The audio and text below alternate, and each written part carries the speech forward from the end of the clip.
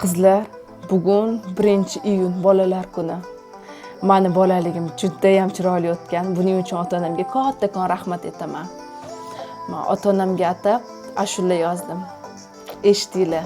Yoqsa sizlar ham ota-onangizga tashab qo'yinglar.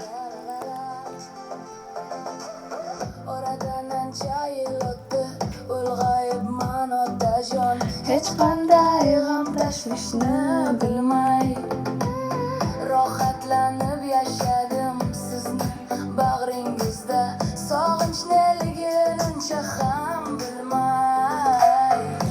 Qizim dedingiz, o'tda yonsangiz ham, sovuq ko'chalarda og'ir kun bo'lsa ham, bolam dedingiz, och qolmasin deya, tunlari uxlamay kam bo'lmasin deya. Qizlar, agar ashulani davomini eshitmoqchi bo'lsanglar, YouTube silkamni qoldiraman. Ota-onalarga jo'natib tabriklamoqchi bo'lsanglar agar.